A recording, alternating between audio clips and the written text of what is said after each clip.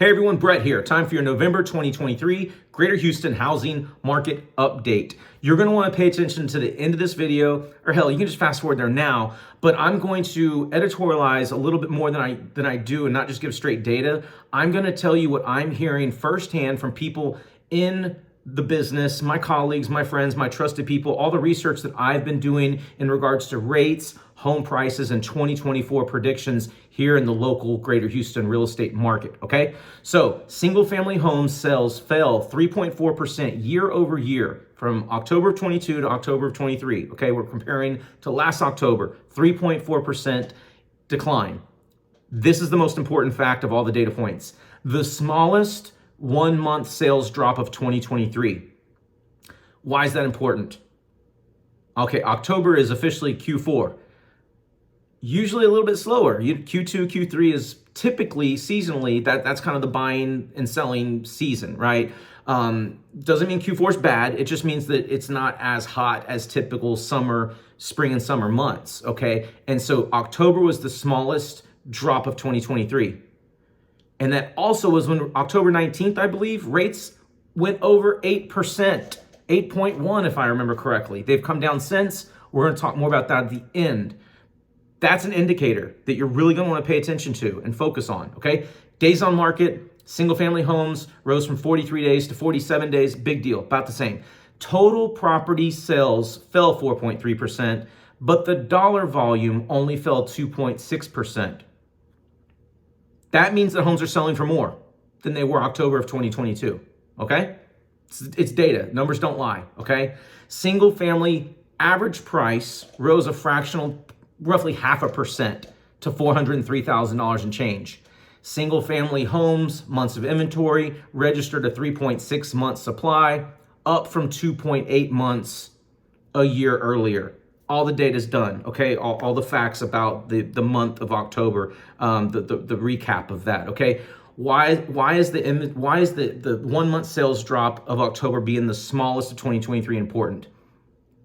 That's telling me that the market is anticipating a better mortgage market next year, okay? Rates went to 8.1%, if I'm not mistaken, on October 19th, and we're sitting here. I think last month I led with how high are rates, how high is Snoop Dogg. It was a joke, but it kind of wasn't. Last week, which was November, 4th, 5th, 6th, or November 2nd, 3rd, 4th, whatever the Wednesday, Thursday, Friday, the biggest 3-day drop in Fed history or rates history outside of the COVID correction that the government did in March of 2020 and one other time. So we got down to about 7.4. And I was talking with a lender that was like, hey, I can do 7.125 without any points.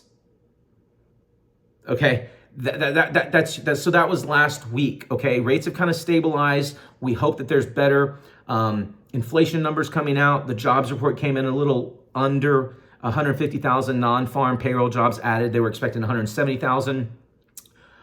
Okay, that's just a lot of mumbo jumbo, but I'm telling you one thing for sure.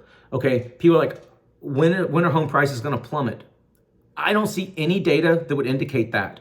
We are over 2 million housing starts under for the entire nation. I care about the whole country, of course, and housing for families, but I'm concerned with Houston because it's the market I sell in, it's the market I know and can speak to. So we have a shortage of inventory overall.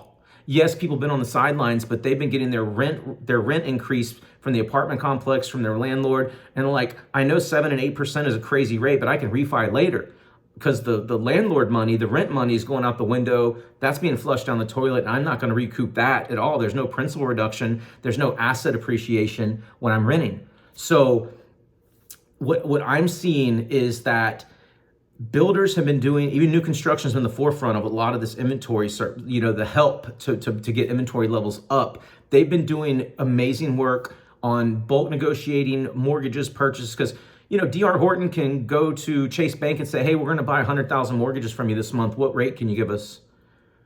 That's powerful, okay? So they're doing 5.99, 5.5, 4.9, all these teaser rates, but it's costing them money to do so. So what I'm getting at, and I see less than 0.5%, it could be 1%, but definitely under 1% distressed properties. There's no foreclosures, there's no short sales for the most part. Nothing like 2010, 2011, 2012. That's just not even the deck of cards. Okay. So there is, and the cost of construction materials, hey, builders have to buy and pay for labor, just like you and I have to pay for electricity, insurance. Has that gone down recently? No, things are getting more expensive. Okay, so what I'm getting at, my best advice is obviously call, text, email me. We can chat. I can put you with my money people, and they can kind of give you what they're feeling and kind of talk about your household finances and your goals. But the cost of housing is not going down. Okay, but rates should be, unless there's some cataclysmic nationwide, economic, or international. I mean, yeah, rates could go back up to 8 or 9. I mean, anything could happen.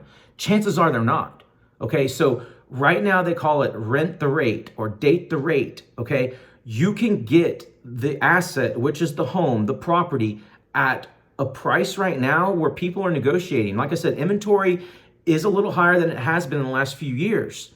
But I feel like that's going to change really soon, especially when rates start getting to 6.5 or 6, and people can buy down on their own without spending 30 grand to to get to 5.5 or 4.99. We start normalizing the 5 and 6s with rates. Housing is going to start booming once again, and the price of the home that you've been passing on right now is going to be $10, $20, $30, $40,000 more, especially if there's multiple interested parties at the same time. And we're going to get back to the 2020, 2021, and Q1 2022, multiple offers, highest and best. I'm going to lose more hair on my listings with 20 offers. I'm not saying that it's going to be that crazy, but the chances that you get a good deal, get closing costs wrapped in, get some help on, repair money, it's not going to be as favorable. And the price of the home, when you pay it and close on it, you can't renegotiate that. Only rates can be redone.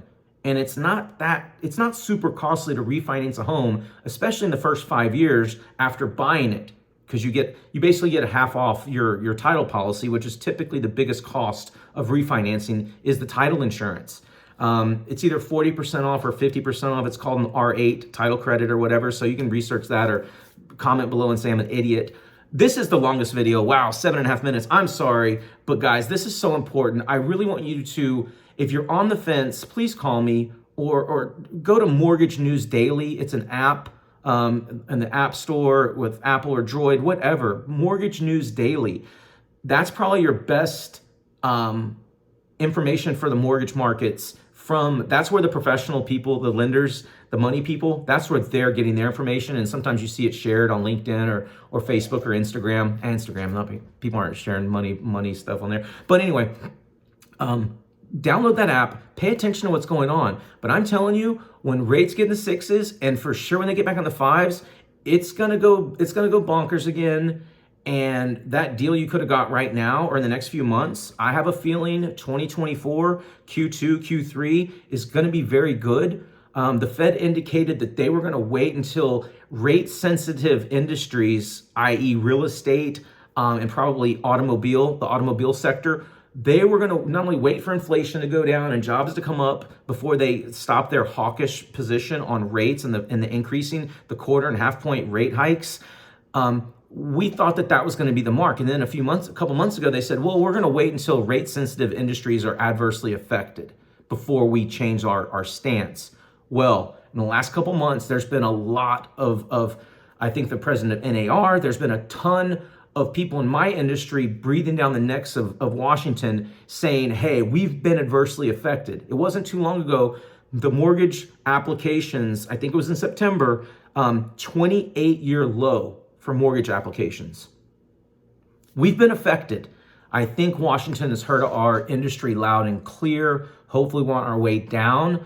But if you wait too long and that downward trend on rates is fully realized and everyone's accustomed and like, hey, it's going to keep going lower and lower, then the prices of the asset and the property are going to go up because the money's cheaper. Okay, so please, if you're on the fence, give me a call, 832-641-3727. Text, email me, comment below. Sorry, this is the longest housing market update video, but like I said, I was going to editorialize and kind of talk from the heart. So anyway, that's the stuff I'm seeing and hearing day in, day out. So I'm really excited about 2024 and actually finishing 2023 pretty strong with the housing market here in Houston. Thank you so much for watching, and we'll catch you next month. Later.